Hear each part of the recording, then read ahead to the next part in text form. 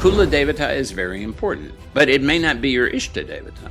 But both Devatas are important.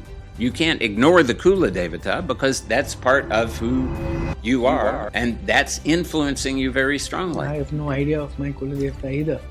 Migrants from Pakistan, so we probably lost all of that. Exactly.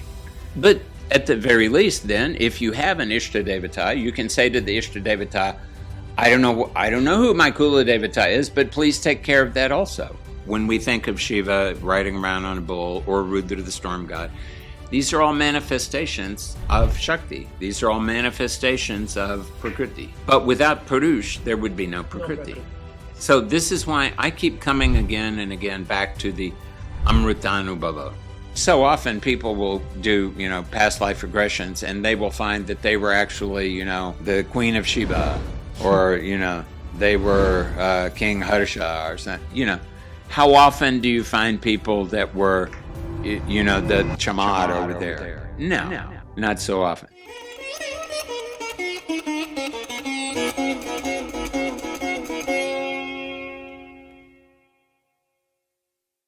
Well, it's all thanks to Vimalananda ji and to his gurus. And then to the, I've been fortunate in so many ways. When I wanted to study yoga, I've had the best yoga gurus. I wanted to study Jyotish. I met Mr. Kishanal Mantri, who was he's the best. So it's always, I've always been lucky to find those people who have really, I'm still studying, Vedic chanting, and so we have Shantala Sri Ramaya, who has been given the license by her teacher, the Chalakere brothers, who are very respected, Vedic chanters in Karnataka, for her to teach people. So, that it's when you have a desire for something to happen, if that desire is genuine, somewhere along the line, Bhagavati is going to help you out. Because all of these vidyas, they require humans also. They have to have. How does Ayurveda get transmitted from one generation to the next? It has to go from one human being to another human being. But that means you have to, as Vimalananda used to say, getting a good guru is a great blessing. But it's a much bigger blessing to get a good shishya. Because that's, parampara. Para means beyond this generation, but parampara. You have to think not just of what I'm going to do now, but how is this shishya going to continue the progression? So being able to align yourself with reality is an achievement. But the Devatas, of course, are very happy because then they can work through you. The Vidyas, the Devatas, whoever it may be. But they need human beings. If they want to work in the world, they need human beings. Because how else are they going to do it? So it's very much a mutual kind of thing. We need we need a healthy relationship with reality. And Devatas are good ways to do that. But the Devatas also, they have been created and by human beings, and they like being fed, they like existing, and they need human beings to maintain that. Because at some point, when the human beings stop paying attention to them, they're not going to go away, but they're also not going to have any energy left. So they'll just kind of, go into hibernation. So we have the Egyptian Devatas. Very, very, very few people worship the Egyptian Devatas. A couple of them, maybe, like Taut or Sekhmet or somebody. So they're in hibernation? They're in hibernation because they've been created. And are there Asuric Devatas? And if I may go to Islam just a bit, people say that Allah is actually potentially I was using the word deity with one of my friends, Shankar, and there are many people who use the word deity. The others say that it could be an Asuric force. So, and you're strengthening an Asuric force actually. So I don't know. What do you think about it? I don't know if you have an opinion or you want to talk about it. I, again, will defer to Vimalananda, who was not very fond of Islam as a religion. Of course, he was not fond of Christianity as a religion, and he never called himself a Hindu because he said Hindu is, after all, a Persian word. So he called himself a Vedic. Yeah. Or sometime, maybe on rare occasions, he'd use the word Sanatani. But he said, the dharma to follow is your personal dharma, and that dharma is it can't be written down. It's the Sanatana dharma. It's like the Tao, the Chinese Tao. Right. And they say in Taoism, the Tao that you can talk about is not the real Tao. So, in his opinion, the rishis have created all the religions. Mm-hmm. And the rishis created, I'm sure that there would be very few Muslims who would agree with this, but the rishis created Islam also. Mm-hmm. And, Vimalananda was absolutely of the opinion that the same rishi who created the Krishna avatar created the Christ avatar also. He said that was one rishi, two different manifestations, but one rishi. Sorry, a rishi created a Krishna avatar? Yes. Well, avatar is Mahavishnu or Vishnu in this world coming forth by his own choice. Yes. But what Vimalananda used to say is, where did the concept of Vishnu come from, after all? It's in the Vedas, but still it had to come from somewhere. And so he said there's the Rishi-Mandala, there's a group of different rishis, and they get together and they experiment with, among other things, sending avatars down to the world. So, so is that the for example, rishis, who are sort of running the universe? Somebody once the rishis told are me running the universe. The rishis are running. The Rishi-Mandala is running the universe. And he used, so for example, Parashuram. Were these rishis at some point? Are they human rishis, or were they rishis of an astral order, in the order of creation? Yeah, I asked him questions like that, and he said, once you get to that level, it'll become obvious. Until you get to that level, it's going to be meaningless to even talk about it. Okay. But here's an example. You've heard of Parashuram. Yes. Kerala is Parashuram Bhumi. Actually, the whole Konkan is Parashuram Bhumi. What's another name for Parashuram? Sorry, I don't know. Bhargava. Bhargava, okay. And where does Bhargava come from? That's a rishi. That's one of the Bhrigu. Saptarishi. One of the Saptarishis. Saptarishis, yes. Why is he called Bhargava? Well, he was born into that line. He was born into the Bhrigu Gotra. Line. Correct. That's right. His father was in the Bhrigu Gotra. Yes. And when we talk about Gotra, we say that the rishis created that Gotra, right? Yes. Well, what does creating that Gotra mean?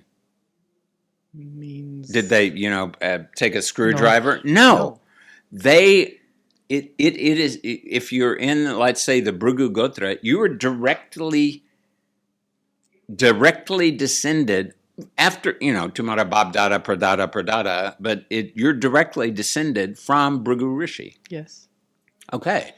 Then that means that Bhrigu Rishi has created Parashuram. Okay, yes. And who created Vamana? Angiras Rishi. Okay. So all of these different rishis have been exploring the different possibilities of, and the different the grahas, everything.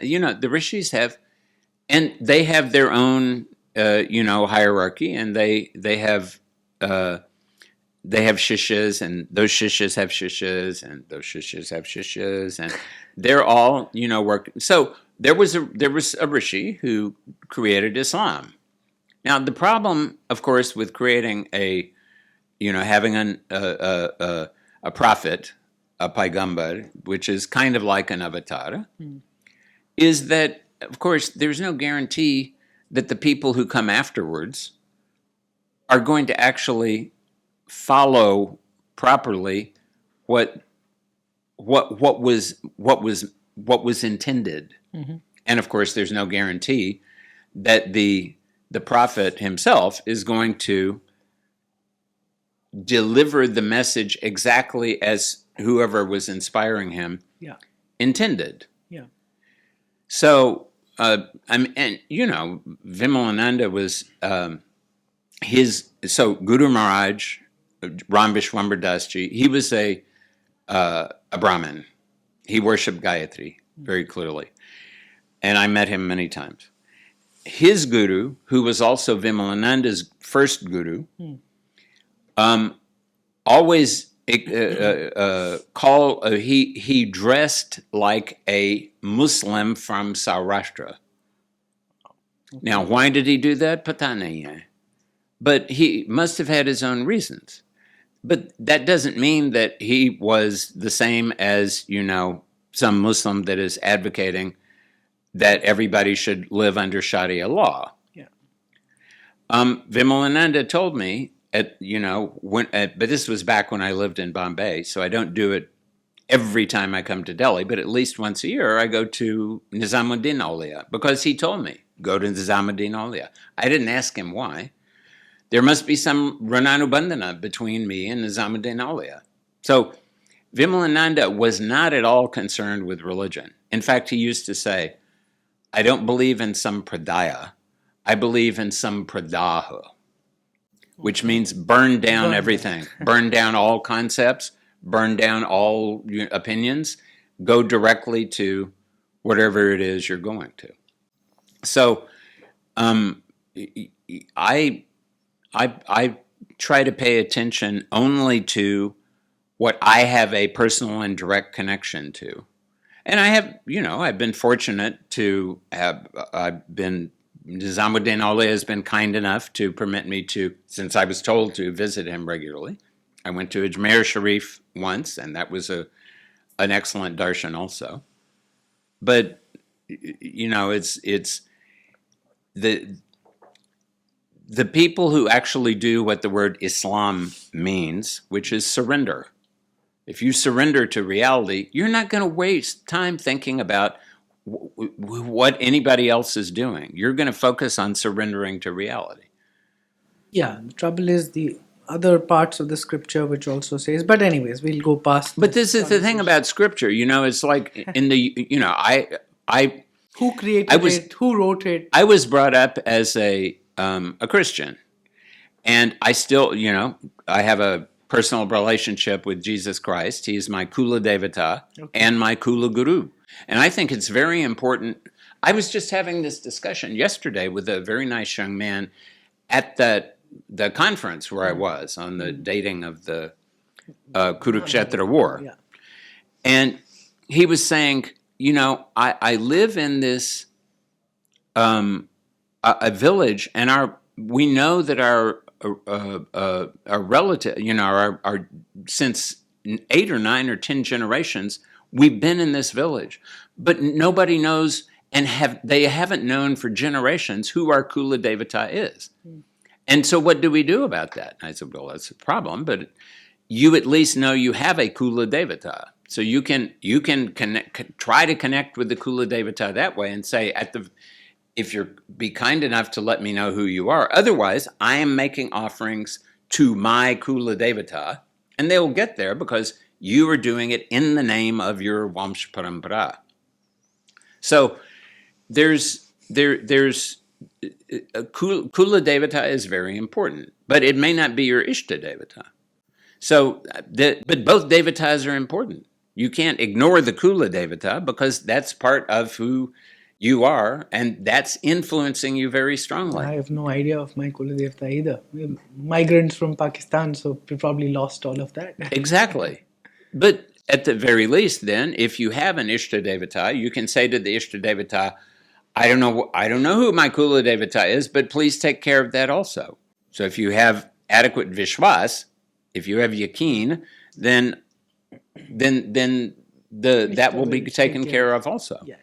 So I have a close personal relationship with Jesus Christ. I have what's being done, especially nowadays, in the name of Christianity is just ridiculous in the same way that what's being done in the name of Judaism. So it's like any religion can be corrupted.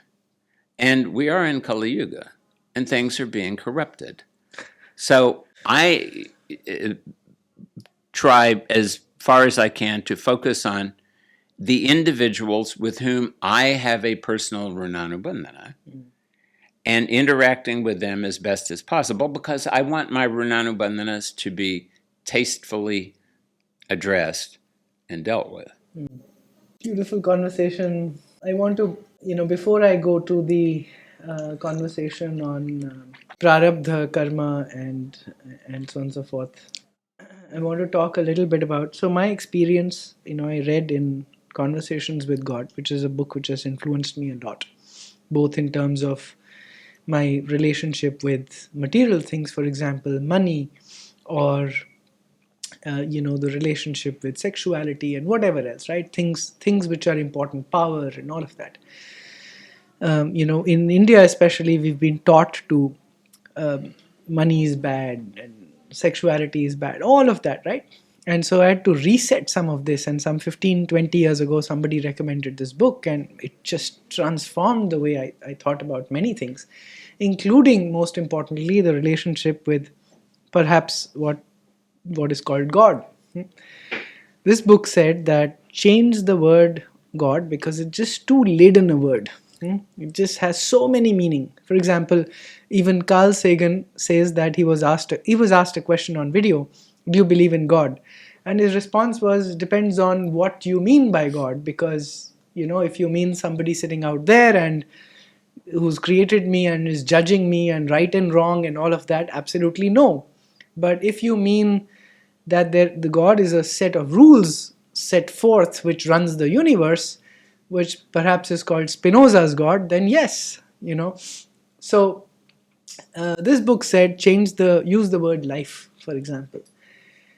And I experimented with it. I looked up and said, okay, forget about this big thing called God with, laden word with judgment and fear and whatever else. And even though being born a Hindu, but there's a lot of, if you like, Abrahamization of how Hindus think about God sometimes. There is all this judgment business that has come in. I looked at life and all I found was benevolence and grace and growth and all of this. And when I need help, as anybody would in living life, you struggle sometimes, and especially I was running a business and struggling with some relationships and all of that. And I asked for help. It just felt as if it's the ability to connect is far more, as if I'm expanding, and the surrender is a lot more, and the response is also a lot better. And I've been wondering who's responding. Is because I'm not asking a deity. Who's responding when I ask life? And I know it works. It has worked in my experience. It's worked perhaps much better in some ways in asking a specific deity, because I go to Kamakshi Mandir, which is close to my place. It's one of the most beautiful South Indian temples that I know of. Sometimes when I sit there, I actually say, your life. So when I say life, am I looking at Prakriti, which is different from consciousness, for example, in Sankhya, or Prakriti emanating out of the same consciousness? Is it that? Is it the Adi Shakti? Or, so one of my friends, my mentor, Shankar, he says, no, who's responding is life force, which is Hanuman in some ways. It was very fascinating, so I thought I'd ask you the same question. Who's responding? When I'm looking at the manifest universe and saying, please help, I need help here. Well, there are lots of possibilities. Ultimately, Vimalananda would occasionally use the word God, But he preferred to call it nature. Yeah. And that's why I also asked, because it is Prakriti, or you mentioned you I like to call it Providence. Providence. So which means intelligent design. Well, I mean, Providence, literally, Providence means the thing that provides. So, ultimately, in our world, this world is completely a manifestation of the Adya Shakti or the Mula Prakriti or whatever you want to call it. Because everything, including all the Devatas, they are all, anything that has name and form is not the supreme reality that has no name and form. So there's one supreme reality. Everything else is not the supreme reality. So everything else, there is one Shiva, everything else is Shakti. There's one Purusha, everything else is Prakriti. So it's, but even when you're connecting to Prakriti, is Prakriti doing anything? Or is it being, is Purusha doing it via Prakriti? And maybe this is a segue into just one more question, or adding another context here. The movie Avatar, there's a beautiful scene there where the protagonist, the hero, is actually going and connecting his Sahelu with the mother tree, and he's asking for help.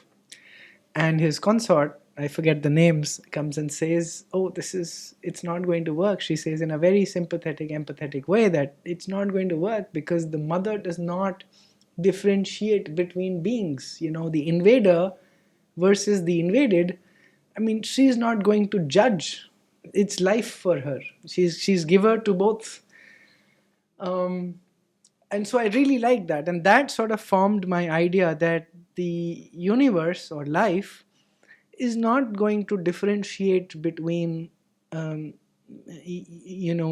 terrorist and a victim of a terrorist. And at the same time, my experience is that when I ask for help, help comes. So I'm confused. But both of these things are true. Why is life not interfering between the terrorist and the victim of the terrorist? Because there's a pre-existing karma and rananubandhana. That's in the fabric of Akash. That's part of this. Now, however, suppose I have become aware of the fact that this is the situation. And I become aware of the fact that even though there's not some old guy with a long white beard sitting on a throne threatening to, throw some lightning bolt at you and fry you, there doesn't need to be somebody doing that because your karmas are doing that to yourself anyway. Correct. Yes. So the karmas are doing that anyway. But everything, thinking is a karma. So and every karma that you perform is having an effect on all the other karmas that you performed. And because of that anthropic principle, some of the karmas that you do now are going to affect karmas that you did not necessarily just 10 years ago, but maybe 10 lifetimes ago. Wow, okay. Because as you become, now, you're going to be limited by your ability to actually perceive these karmas. Yeah. But still, the very fact, as you become more aware of that, and as you become more of a platform, a vehicle for this awareness, then the awareness can work through you, and so you have there was sanchit karma, some of it was prarabdha. You were born because of the prarabdha. Right. And do people, are people born, do they choose their destinies? Yes and no. Because your awareness, you've died over here. Meanwhile, other karmas have been maturing. Yes. And once they become ripe, once they are paripakva, those are the ones that are going to determine what you're going to experience in your lifetime. Yes, but that's choosing, right? Because they are attached to the individuated soul, to the being or whatever. So if you say, am I choosing it with my conscious mind. Oh, no. Okay. No, fair enough. But it's possible that if you have a certain degree of awareness, then. you may be able to do some choosing. Got it. So it's the karma, it's the fabric of creation itself, which is in the form of karmic principles, is what is choosing for this individual being. And because we want to evade things, if at all possible, here's this law. So yeah, I mean, we can't break the law totally, but maybe we can. Maybe the wakil can, go and say, Your Worship, we need this delay and this everything. Please, please give us an interim judgment and blah, blah, blah, blah. So, several years ago, I don't know, probably 20 years ago, I went to do a special kind of hypnosis. Mm-hmm. Called Life Between Lives. Wow, okay. So there was a guy named Michael Newton. He's passed on now. And but you can read about it on the website, which I think is the Newton, Newton Institute. And he was a hypnotherapist, and he had regressed. He was regressing people to their last lifetimes. And at some point, he regressed this guy, and then the guy started talking about what happened to him in between those two lifetimes. Okay. So Newton then started doing this to many people, and then he started training people who could do that. And so, I mean, it was an interesting experience, and of course, it was it was symbolic because very likely this did not happen in the same exact way that it was that I perceived it, but I'm trying to perceive something in the causal realm. And perceiving it in the, even in the hypnotic subconscious realm, it's not easy. Mm-hmm. But at one point, I remember that there was a big building. This is all symbolic. There was a big building, and my guide, whoever it was, said, you have to go now and choose your next body. So I went in there, and they said, well, esa, wesa. And it so happens that you are going to have some diseases. But you can choose, we're going to let you choose whether you have one big main disease or we have a lot of less, some that will sometimes be, troublesome, but several problems.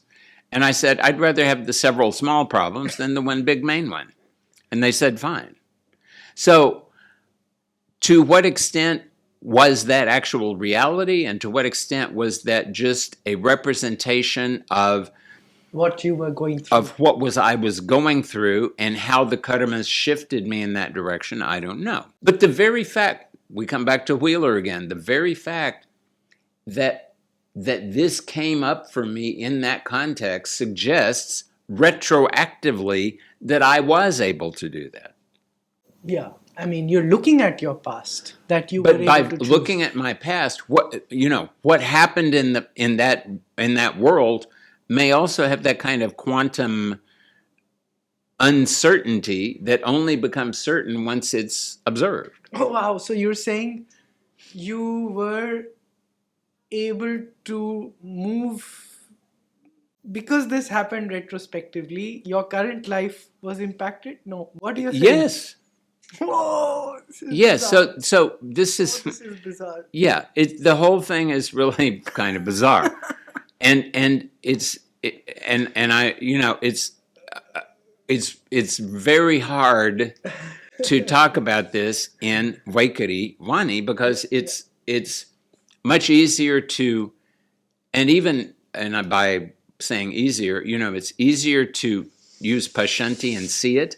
But that's not easy either because it's much beyond the capability of just seeing also, because you're seeing in the context of what you believe to be sight. So you have to go kind of behind that, and then you're in a much less ability to represent things. And we represent things. That's how we see. This is a representation of whatever this thing actually is. Yes. But for me, this representation is very real, and of course, the more that I regard it as as being real, the more real it becomes for me.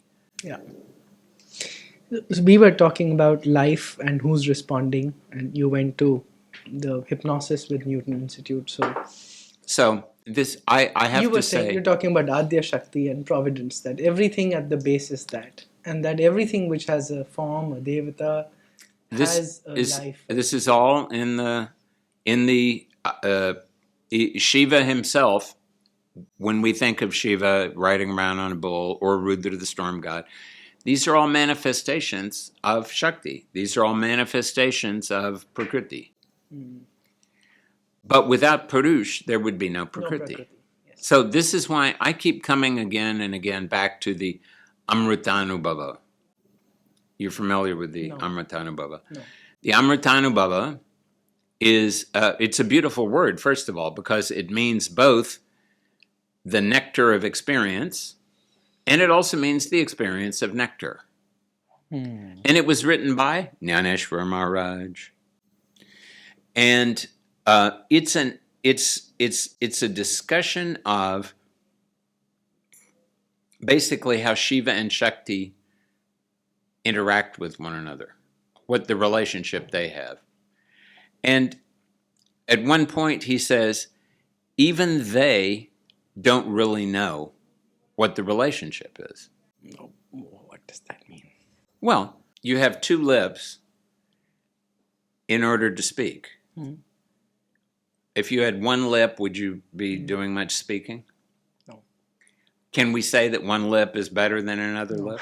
Okay, I get it.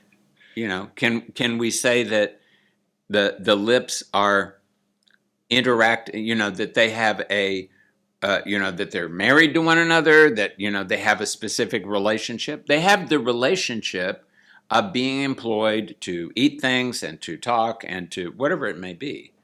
They have a relationship, but even they do not really know what that relationship is. They're performing their relationship, but they can't really say that because it's there are two different realms, but the two are not at the most fundamental level, they're not different from one another. We would not even be able to talk about Purush. We would not be able to talk about Satchidananda or Satyam Vritam Brahat or whatever, Tat Tvamasi or whatever it is, without language. Yes. We would not be able to talk about it. So there's no way even to talk about the supreme reality without the relative reality, because when everything goes back to the supreme reality, there is nothing to perceive, and therefore there's no perception, and there's only, we call him the Purusha the witness, but there's nothing to witness. So people say, oh well, the Satchidananda, he's real and true, and he's aware of this, and he's filled with bliss. This is also a description that is potentially meaningful to you and me, but that's not useful to him or it, or whatever gender you want to apply, because there is nothing. Yeah. And that's why Jnaneshwar Maharaj says that the only reason the universe exists is because that supreme reality wanted to perceive itself in a mirror. And each one of us is a mirror for the supreme reality.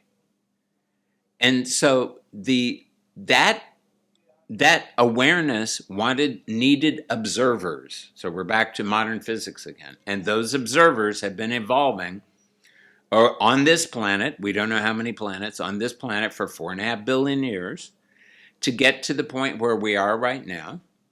And it's going to continue to evolve, because that reality of Purusha or Shiva or whatever you want to call it, that reality wants to continue experiencing itself and wants to continue experiencing observers being able to tap into the reality in a conscious way, which allows it to perceive and them to perceive it. So it's a mutual thing.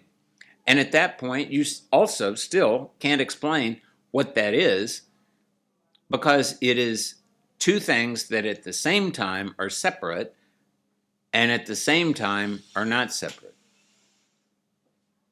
So beautiful. And I'm telling you, the Amritanubhava, the Jnaneshwari, the Bhavartha Deepika, is just the best possible commentary on the Bhagavad Gita.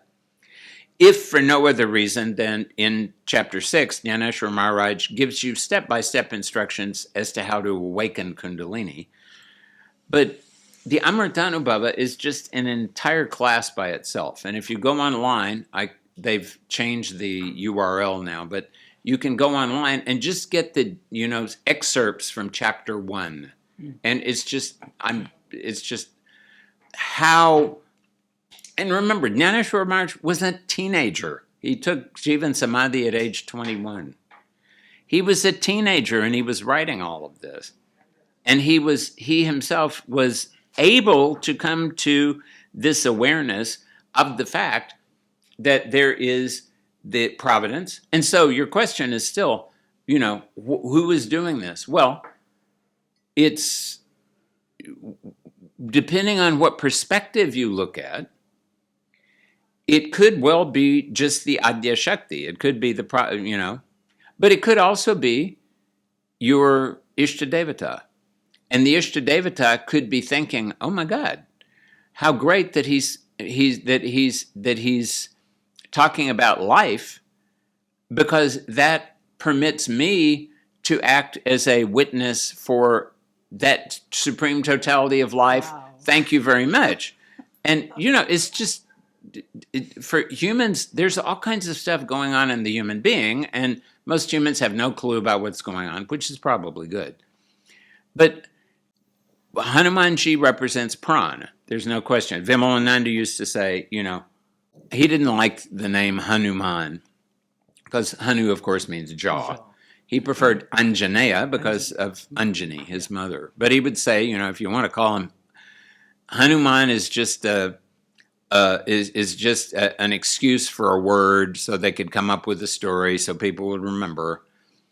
But really, you should think about him either as Anuman, which means the atomic force, which manifested in living organisms as prana, or it should be Hanuman. Hana in Sanskrit means to kill, because he's an incarnation, he's an avatara of the Ekadasha Rudra, the 11th of the Rudras. And so he's doing both. He's the prana, and while you've got it, you're alive, and while you don't have it, you're dead. So if you're addressing life, then you're definitely addressing Hanuman, but you're also addressing Shakti, but you're also addressing Shiva. So you're addressing the totality of everybody. And everybody is happy about this, because whatever Rananubandhanas you have with them, which are, fairly subtle, but still you have Rananu, if you've been worshiping a Devata for a few janmas, and maybe your family has been worshiping for a few generations, then there is a sambandha that has been created between you and that Devata. Now, that Devata is not any more permanent than you are, but the Devata is more permanent than you are. You and I will be around at the most for 120 years, unless you come up with some, Guru Maharaj method. But then 500, 2,000. But the Devata can go on for thousands of years if people continue to connect to it. So, Vishnu and Rudra, they were, 4,000 or 5,000 years ago. People came up with them to begin with. So the Vishnu in the Vedas is different from the Vishnu nowadays, but it's still Vishnu. Yeah. The Rudra in the Vedas, they called him Shiva because he was a storm god, and they said, "Oh, we're projecting auspiciousness on you." And after a while, they said, "We can drop the storm god thing. Let's just turn him into Mr. Auspicious." And it's described, in the various kathas, the various kahanis, the myths, or the way in which this happened. Now, why it happened, I think, has a lot to do with the fact that people started to become seriously urbanized, because that's why Ayurveda changed. Yes. Correct. And it's probably why Jyotish and Vastu and all the other things change. But in the case of Shiva and Rudra, it was the difference between, there was the Daksha Yajñopadvamsha, Daksha's yaga. So Shiva has had 2 wives. Wife number 1 was named Sati. And Sati heard one day that, Merabap Daksha Babu is going to have this big yaga. And she thought, all my relatives, all my sisters are going to be there. I'm going to go. And Shiva said, your bop is not so keen on me. So why? No, she said, I'm going to go. So she went. And Daksha insulted her, said, your husband rides around on a moth-eaten bull, and he's got, he's with a bunch of ganas, Shiva ganas, and he wears ash from funeral pyres. He's not fit to be here, and you're married to him, so you're really not fit either. So Sati said, oh my God, I didn't realize what kind of papa karma I was performing by retaining this body that came from you. I'll solve that right now. So she incinerated herself from inside with the fire generated by her Kundalini Shakti, and that was the end of her. It probably took Shiva a nanosecond or something to figure this out. So, losing his temper, he took one hair from his jata and tossed it on the ground, and suddenly sprang up Virabhadra and Bhadrakali, and he said, Ja, tu ye sab yag ko नष्ट करना है और ये तुम्हारा दक्ष भगवान का इसका sir काटना है. And they went there with all the ganas, and everything was inauspicious. So this represents, the Vedic way of doing things. And that everything was destroyed. And then Vishnu and Brahma came to Shiva and said, Daksha, okay, he insulted you, okay, fair enough, but he was a Prajapati, and actually, now that he's dead, the universe is going to hell, and it's not time for it to go to hell yet, so would you mind reviving him? So Shiva brought him back with the head of either a goat or a ram. A goat is the main sacrificial animal. A ram is the Vahan, the vehicle for Agni. And then Daksha would do his job, but now he had been purified. So it was a blessing, but he was definitely put in his place. The same way that Krishna put Indra, so Daksha is, Vedic, Indra is Vedic, put Indra in his place. Because Krishna said, what are you worshiping Indra for? Worship this mountain. And this you're saying is because of urbanization and human beings changing. Because the way that they interacted with the world was changing, and it wasn't, and of course, interacting with, doing the kind of you had to have a certain ability to connect to the subtle world in order to to live in the Vedic, the Vedic way as it was intended. Because the Vedic way, the intention was you do a bunch of yagas down here, and you get to an ayatana, you get to a platform that you've created by doing this, and then you enjoy swarga for a while. Right. When you run out of good karmas, you've already, because of doing karmas down here, you've created for yourself a location where you can be born into a Vedic family, and you'll do more of this, and you'll continue doing that. And that worked for a while until it stopped working. And then various rishis and Shiva and Vishnu and so on realized that it's not working anymore. And part of the problem was that when you're living in a semi-nomadic life, you have to be connecting to the outside environment. You have to relate to it. You have to have some bond with it. But when you're in the city, you're mostly focusing on humans. Yeah. And you can communicate better with humans. You can cooperate. You can build Bare Shandar Makan, etc. But you're also communicating diseases. Yes. So there's no karma that doesn't have an anti-karma associated with it. So when it became obvious that humans were going to spend their focus was going to go from having a direct relationship with the outside world, with life, to having a secondary relationship with life, Well, then Ayurveda realized that we can use shamanic medicine, we can use the Atharva Veda, and we can use actual people who are shamanic-like people, Sharman. Oh, is it? Okay. That some people think, we don't know, but some people think the word shaman comes from Sharman.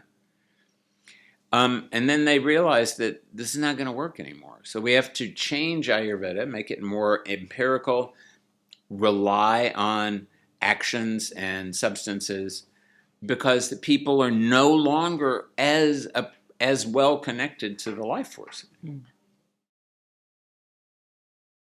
Very nice. If you're not exhausted, maybe to another section, which probably is smaller. While going there, this is probably a good segue.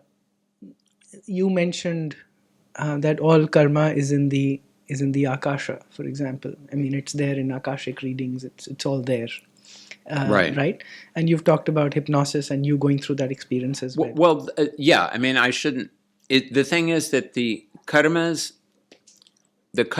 have been, they've been lodged, they've been stored in the Akash. Akasha, yes. That's why some people talk about the Akashic records. Records, right. And of course, they don't necessarily understand years ago, 25, 30 years ago, I was on an airplane reading the International Herald Tribune, which existed back then. And I was reading about a new bookstore in New York City. It was called Akashic Books. And they helpfully explained in this newspaper that Akasha, or Akashic, means giant library, which it does not mean at all. But because they had heard of the Akashic records, and therefore it must be a giant library. But it's not a giant library. It's just the fabric of space is being distorted by particular activities. And that distortion is like, having a spring. And that distortion it's being held there by a certain Shakti. And when the appropriate conditions occur, the right time and the right space, then that can be released. And that's the reaction. The action has created a situation where certain Shakti is being held in a certain way. And the reaction happens when that Shakti is somehow released. Yeah. And so that's being held in the fabric of Akasha. But if we ask ourselves, where are our karmas being stored in ourselves, it's more subtle than Akasha, because we have the Stula Sharir, the Annamaya Kosh, and we have the Sukshma Sharir, and we have the Pranamaya Kosh in between them, and then we have the Manomaya Kosh, and then we have the Vijnanamaya Kosh, and then the Anandamaya Kosh. So the Vijnanamaya Kosh is kind of like the causal body, the Karan Sharir. The Anandamaya Kosh is like the Mahakarana Sharir, the greater causal body. So even more subtle than the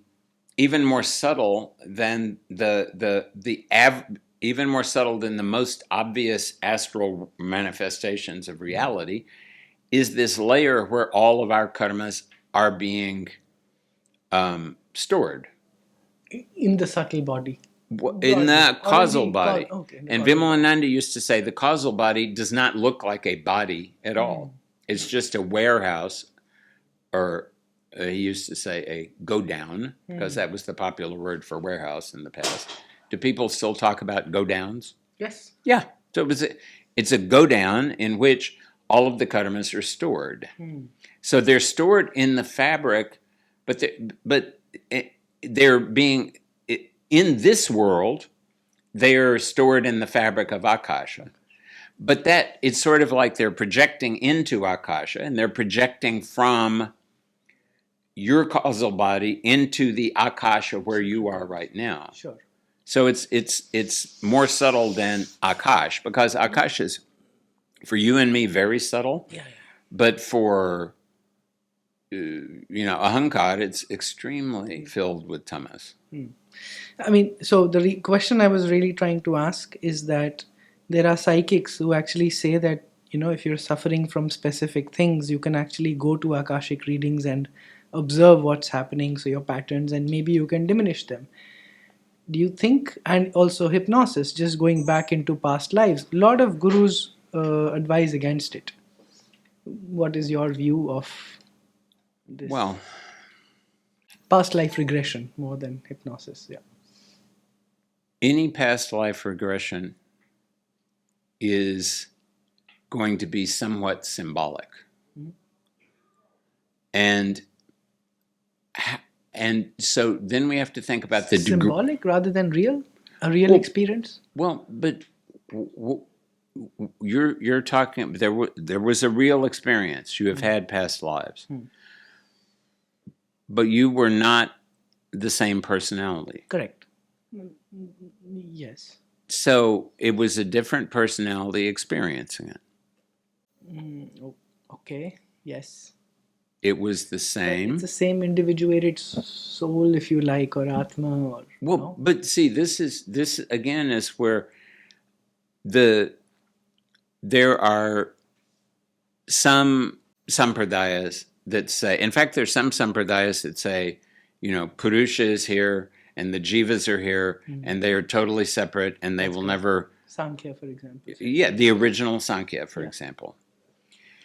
And there are others, like some of the more esoteric Buddhist approaches, that say that there is no jiva that reincarnates.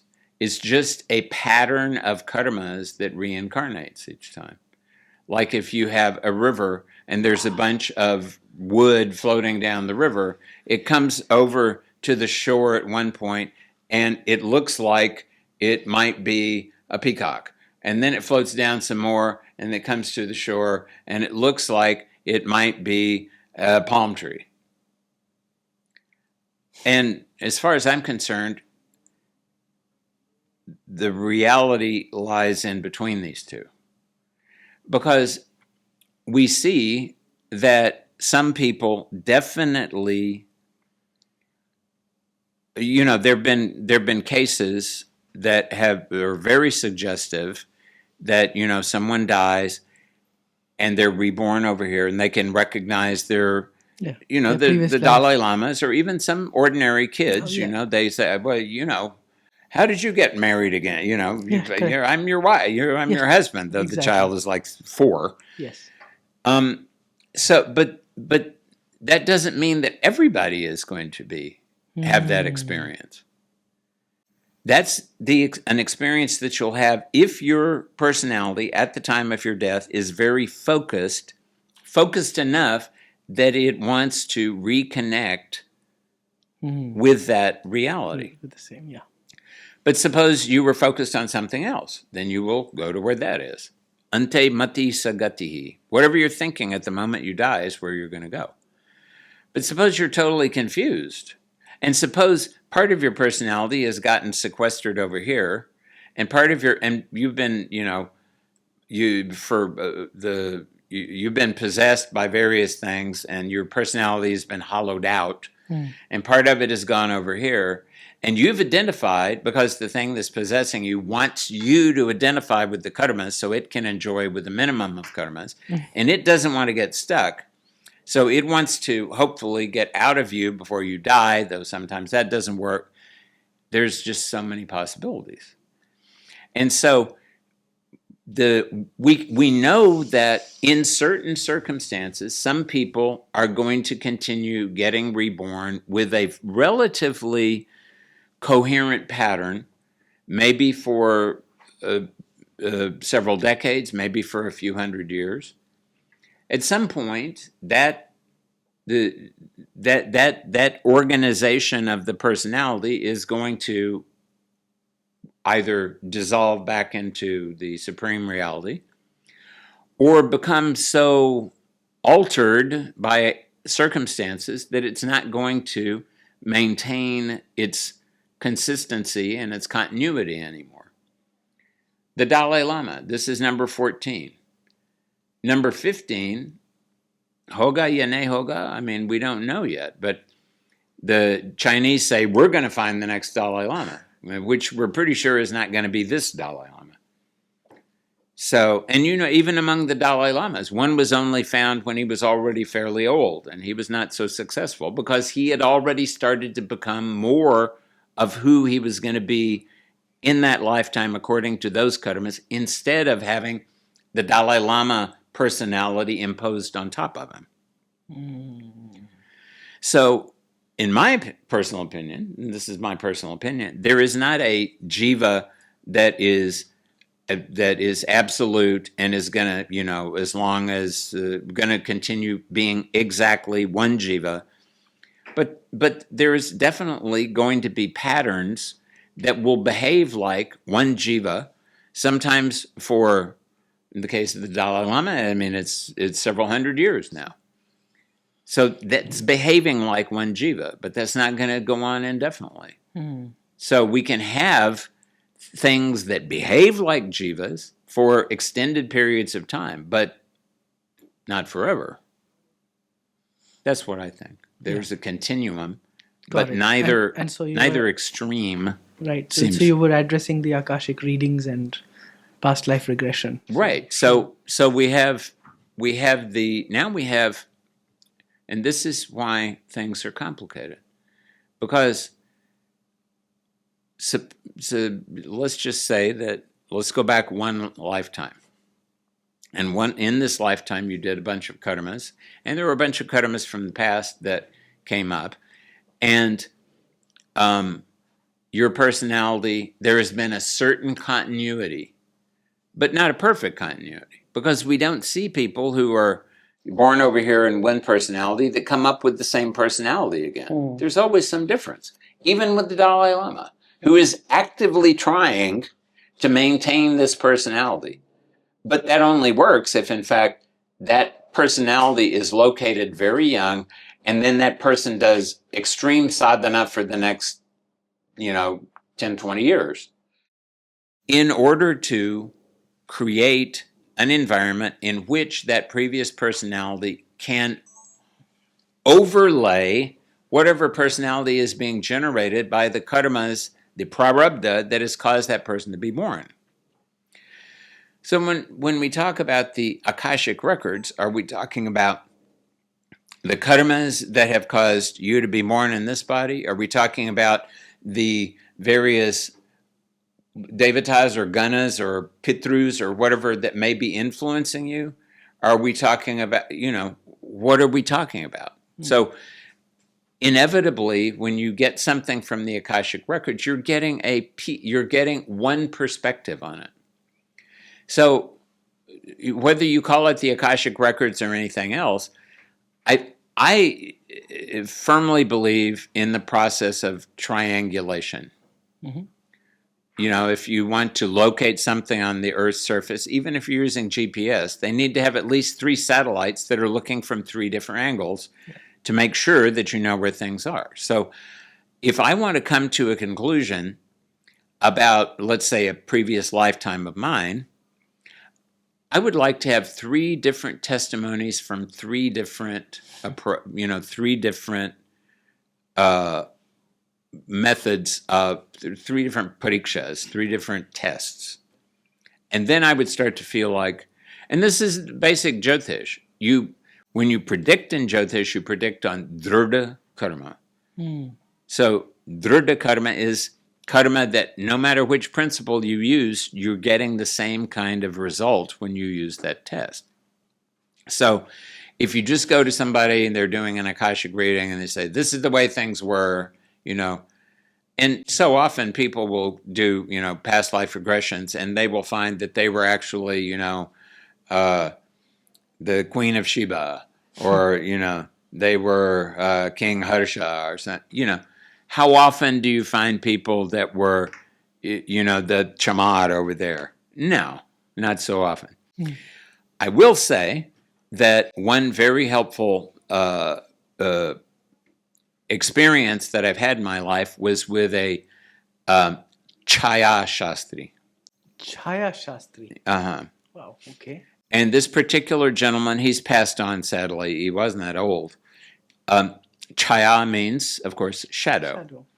So he's called a Chaya Shastri because, I mean, at least in his case, I don't know about other people, but in his case, he had it looked like a yardstick. It was made out of wood and had weird symbols on it. And he would, if you didn't know your lugna, he would go out at midday and measure your shadow with this thing and decide what your lugna should be. So in any event, he was a Nadi reader. You know what Nadi Jyotish is?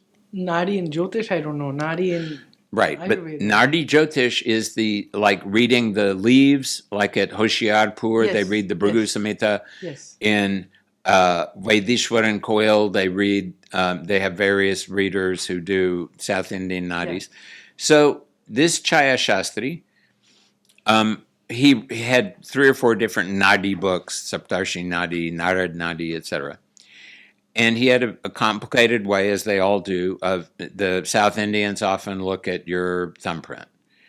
And but he had a method according to which lunar month and which tithi, which lunar day, and only certain people could come to him on that day because only certain of them would bring their would be able to be read for in the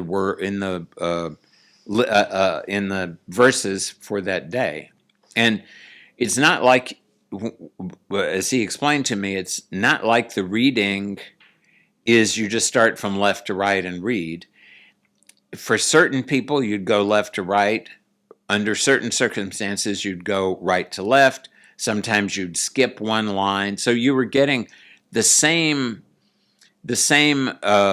verses could give you a number of different readings depending on how you calculated that it should be done. But each of these readings, and I mean, I got a couple of readings from him myself, but what was most handy is when he started going abroad to do readings, initially, his English was fine, but he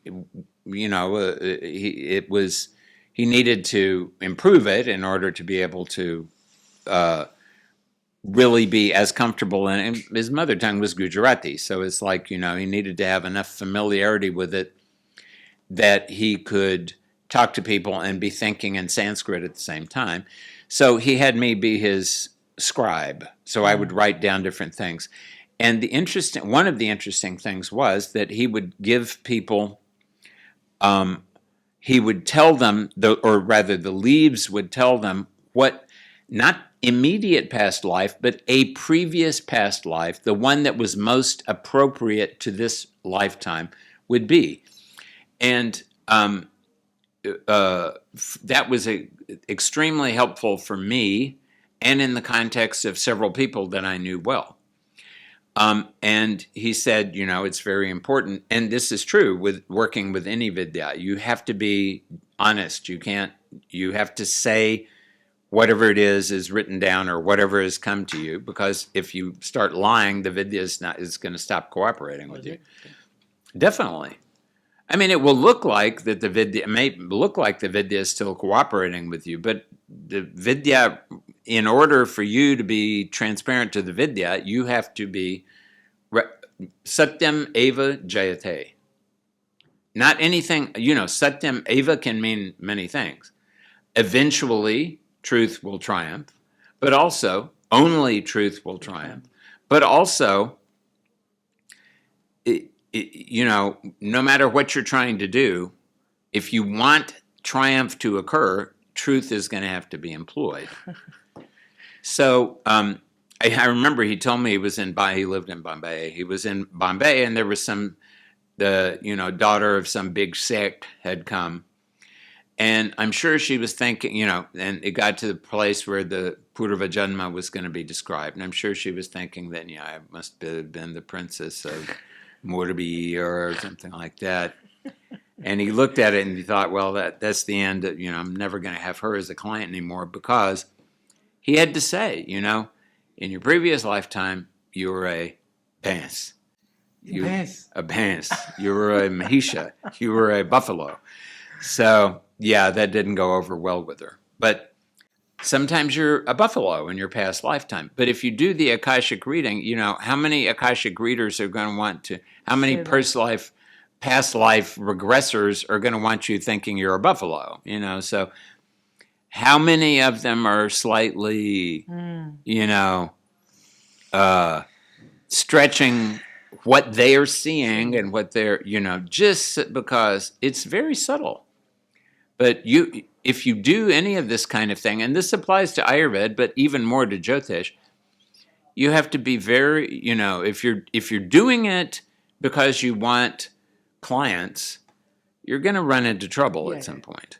Yeah. If you're doing it because you want to serve the Vidya and then have the Vidya serve you, if you want to establish a healthy relationship with life or nature or Providence, life wants to have a good relation with you, because then, number one, it will be easier for life, because otherwise life is thinking, oh my God, OMG, Rahul is doing this again. There's no expansion. So I need to drop a rock on his head or something. But if you're opening yourself to life, then life is thinking, Bachke, this is good. We'll be Bachke, because now I can establish a relationship with him, and that will be mutually beneficial. So life is happy when you do that. And life is happy if you do it just calling it life, and life is happy if you call it Hanuman, and life is happy if you call it Bhartata Vada. Though I would go with Hanuman or life more than Bhartata Vada, which is a wonderful thing, but it doesn't last very long. And I'm thinking of that because, of course, there was that saying, probably people still use, but I heard it a lot more 50 years ago. Kya sar mein aankhein ya Bhartata Vada? This is a Maharashtrianism, of course. And we'd hear it in Marathi. I do have questions on karma, who's creating karma, but it's getting very late. Maybe we'll leave that for another time. Next time. Next time. It's been wonderful talking to you. I learned so much, and I'm sure the audience has learned so much. And, I just have to repeat the same thing over and over again to try and understand what you're saying. Oh my God, it's been such a wonderful conversation. Yeah, the most important thing for your readers to remember is, and when Krishna says, Sarva dharma parityajya mamekam sharanam vraja, aham tvam sarva papebhyo mokshishami ma shucha. So, surrender everything to me. Do not worry about it. I will take care of everything. Now, of course, this means you could surrender to Krishna, but of course, Krishna is saying this. Yes, it is the form of Krishna, but yes, it is the supreme reality of the supreme. He's the avatar of the supreme reality. So he's saying you can surrender to me as the Saguna Brahman. You can surrender to me as the Nirguna Brahman. You can surrender to me as a combination of both. But surrender to reality. Always live with reality. Because, as Vimalananda said repeatedly, otherwise reality will for sure come live with you. And it's going to be easier for you and reality if you'll just both live together. Thank you very much. Thank you. Hariya.